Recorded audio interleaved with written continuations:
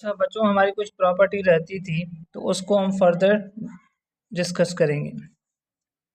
For example आपके पास radical sign और index में एन आए और यहाँ पर हम ना वेरिएबल ए लेते हैं। अब इसको कैसे सिंपलीफाई करते हैं, यहाँ भी मैं मल्टीप्लाई करूँ और इंडेक्स में हमारे पास एन है और यहाँ पर रेडिकल की साइन यहाँ पर बी रख दिया। देखें दोनों साइड जो इंडेक्स में हमारे पास एन है तो मैं इसको इस तरीके से लिख सकता हूँ, एन एक बार लिख दूँ और ये ए और बी को मैं मल्टीप्लाई कर दूँ। यहाँ पर हमारे पास रेडिकल की साइन ए और मल्टीप्लाई बाय बी, पहली प्रॉपर्टी ये है।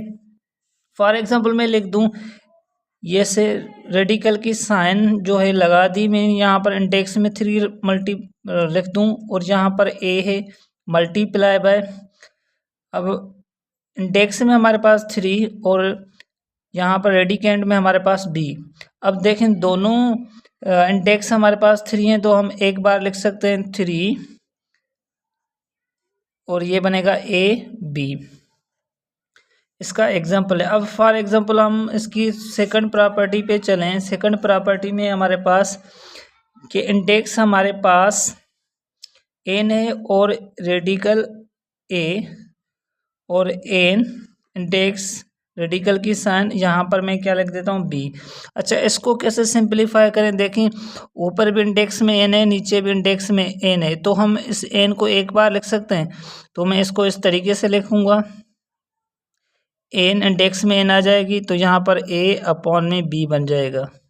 ठीक है, अब इसकी हमारे पास थर्ड प्रॉपर्टी है। थर्ड प्रॉपर्टी में क्या है कि एन रेडिकल साइन में और इंडेक्स में और उसके बाद रेडिकल साइन जो हमारे पास रेडिकेंड है ना उसके अंदर ए उसके ऊपर पावर एम है।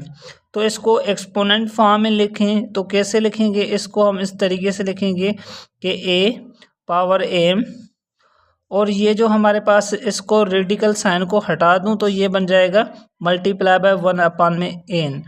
अब ये जो एन है 1 के साथ मल्टीप्लाई करूं तो ये बन जाएगा ए एम अपॉन में एन।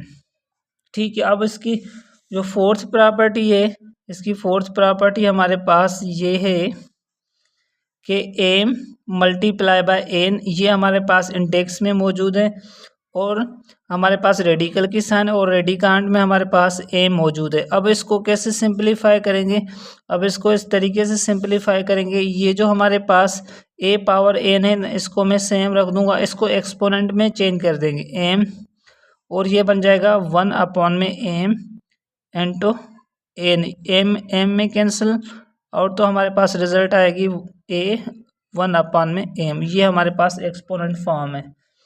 फॉर एग्जांपल मैं यहाँ पर लिख दूँ एम एन, ये हमारे पास किस में, ये हमारे पास इंडेक्स में ए, तो इसको मैं इस तरीके से लिख सकता हूँ ए 1 अपॉन में एम इंटू एन। ठीक है, ये प्रॉपर्टी आप लोगों को याद होनी चाहिए क्योंकि जब हम एक्सरसाइज 1.3 करेंगे तो वहाँ पर ये यूज़ होंगे।